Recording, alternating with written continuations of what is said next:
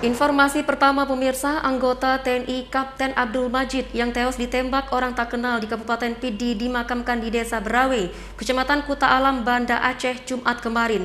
Komandan Tim Badan Intelijen Strategis yang bertugas di wilayah Pidi itu dimakamkan di pemakaman keluarga dengan upacara militer. Suasana haru mewarnai pemakaman dan tim Bais wilayah Pidi. Kapten Infanteri Abdul Majid yang tewas ditembak orang tidak dikenal pada Kamis sore di Kabupaten Pidi. Komandan Tim Badan Intelijen Strategis wilayah Pidi itu tewas karena luka tembakan di bagian perut. Peristiwa itu terjadi di Desa Lok Panah, Kecamatan Sakti, Kabupaten Pidi. Sebelumnya, korban sempat dilarikan ke Rumah Sakit Umum Pidi sebelum menghembuskan nafas terakhir. Khairus, salah seorang keluarga korban, menyebutkan Abdul Majid meninggalkan 3 orang anak dan seorang istri.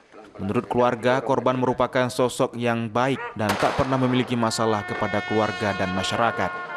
Keluarga berharap kasus ini dapat diselesaikan oleh aparat penegak hukum. Beliau alhamdulillah bisa berbaur,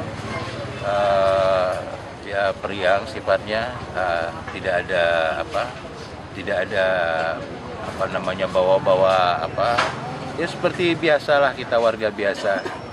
Ya harapannya ya sebaik-baiknya, seadil-adilnya bagi kita semua. Saat ini pihak Kodam Iskandar Muda tengah melakukan penyelidikan terkait kasus tersebut. Dari Kota Banda Aceh, Taufan Mustafa Ainus melaporkan.